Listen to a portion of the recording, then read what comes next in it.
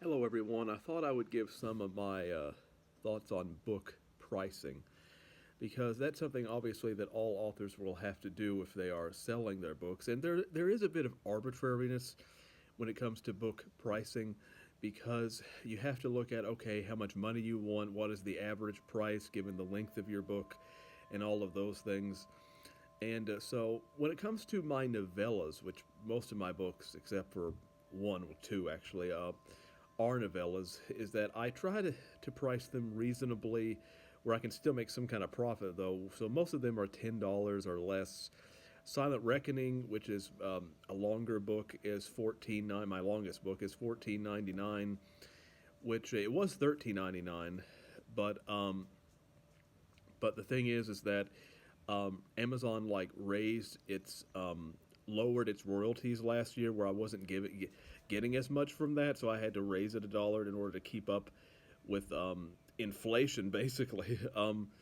And then but the average price of a book is usually between like $12 and $15. Uh, and when it comes to example to the Ecstasy and the Ignominy, my most recent book that I'm getting ready to publish, I don't know exactly what the price will be on that. I think that I know since it's a longer book that I want to make at least $1 more in royalties that I'm making off of Silent Reckoning. So it may be priced $16.99, $17.99 the paperback. Of course, hardbacks, in order to get a significant profit there, sometimes they're priced at 25, sometimes $30, and $40 even sometimes. And hardbacks are really meant more for me in many cases. I've only ever sold one hardback of Silent Reckoning, but to me, it's like if you just want a physical copy to read, then paperbacks are better. But if you're a big fan of the author, or you want to collect, or you want a collection, then hardback might be the way to go. When it comes to like ebooks, like most ebooks, a lot of ebooks are priced at $2.99. I think Silent Reckoning is priced at $3.99. Um, the Ecstasy and the Ignominy, I think, will probably be priced at about $4.99 in terms of ebooks.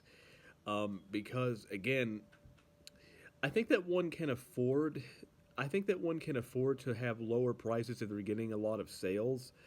But if you're not getting as many sales, then sometimes you want at least a slightly higher price, so you're making more money off of each individual sale since you don't really get them that often. At least that's my. Of course, all of my prices I think are reasonable. There's nothing that I would say is unreasonable when it comes to my prices. My cheapest book is The Empty Sounds of the Wind, which I believe is $6.99 the paperback, and the ebook is $1.99. That's only because it's only 40 pages long. So I try to be fair in my pricing. I think that if you have a book that's so expensive that the average person won't be able to get it, like if it's like if you have a paperback that's 30, 40, 50, then the 40, 50, I think that can be a bit too pricey. So I do think that writers need to keep their prices low enough where the average person can have access to it while still trying to make a profit at the same time. You have to balance those two things.